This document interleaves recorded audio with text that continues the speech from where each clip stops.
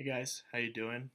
Um, my name's Kevin, and this is going to be my presentation of my building that I designed and built throughout the quarter. Um, I start off here with a little rendering that I like. Um, I made sure to have lots of oak trees around, different types. So I'm going to start off with a couple design strategies that I started with, and as you'll see, some of them kind of changed, and some of them I got rid of altogether as we implemented more systems, and I changed the building here and there. So start off with the floor layout. So the first floor, as you can see, it's most of the classroom areas. It's the auditoriums, the two auditoriums, the three seminar rooms, and the four offices. Obviously, two bathrooms down here. Um, and I kind of wanted to keep these together. There's also a deck, not a deck, it's on the ground, but an outside area. Second floor and third floor are mainly for the exhibit areas. The second floor is, there's also the interactive room and the two bathrooms.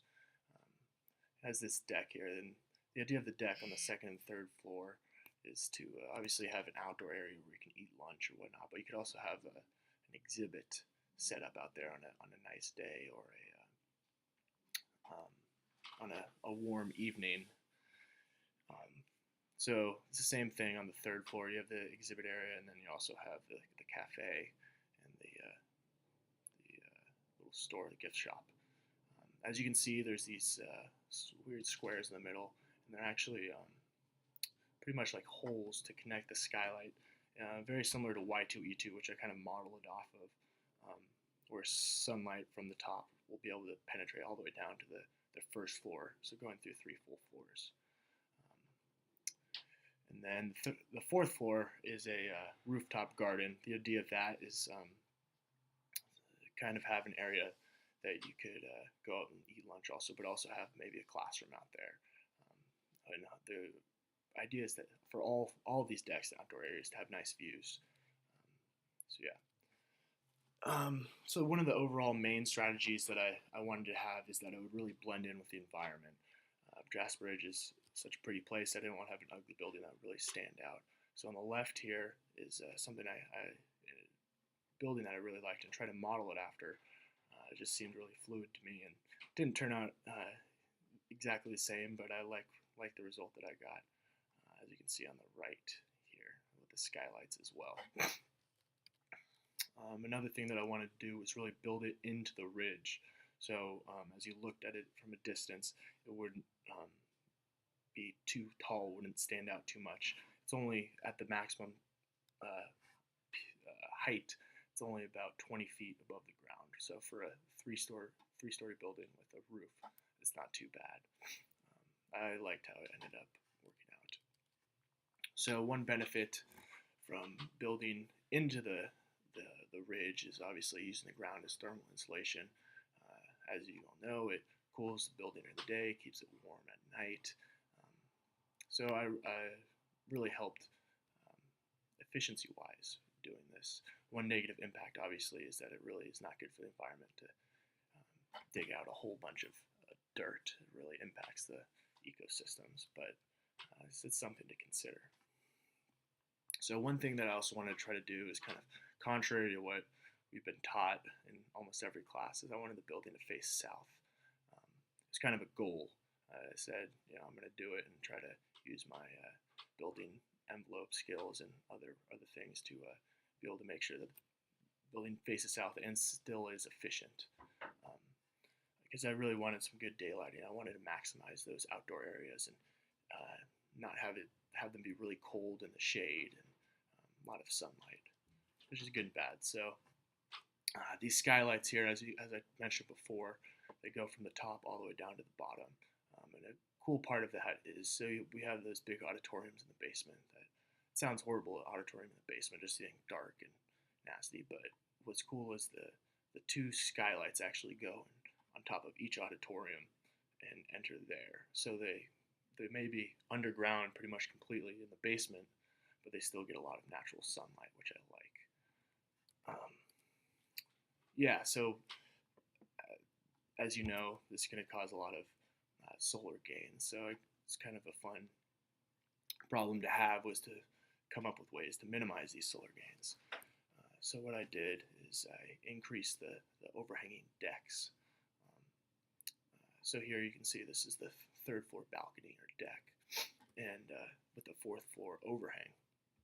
What this does is does a great job of shading the windows, so not very much solar radiation can penetrate. Obviously, so in the summer this isn't too big of a deal when the sun is high in the sky, but in the winter, as it gets lower, has a better angle to get into the building. While this, in the winter, it's obviously colder, so this can be beneficial. Help the heating. It helps heat the building naturally, right? But this is California, and we do have pretty hot winters, so I kind of wanted to come up with something to help this. So I was actually talking to a buddy who took the class last year, and one of the coolest things that he took out of this was the little idea for these mechanical louvers. And the idea is that they're in the windows and block the sun and rotate with the sun as the day goes on. So in the morning, they're going to face east and slowly rotate with the sun. So in the evening, they're facing west. This is hopefully minimize solar radiation gains, but it's kind of tough to model in Revit as I wasn't able to make them mechanical. And the idea is also in the summer, when the sun is kind of high in the sky, you could have them straight out, so you'd have a nice view. So now I'm going to talk about some of the other features. So for the structural system, obviously deciding between steel or concrete, I ended up going with steel. I chose the skinnier building so I could have the open floor, open space for the exhibit areas. So I didn't think it wasn't reasonable to span. It's about 60 feet, so it's still a long distance to span with a beam, but I was able to get some big beams. And what I did was I made it a moment frame in the back here, as well as had a shear wall that allowed me to span that entire area, as well as some lateral bracing right here. Another challenge were the overhangs, which are pretty much cantilevers. So I had to increase the size of the beams here so that the cantilever was strong enough to hold the deck.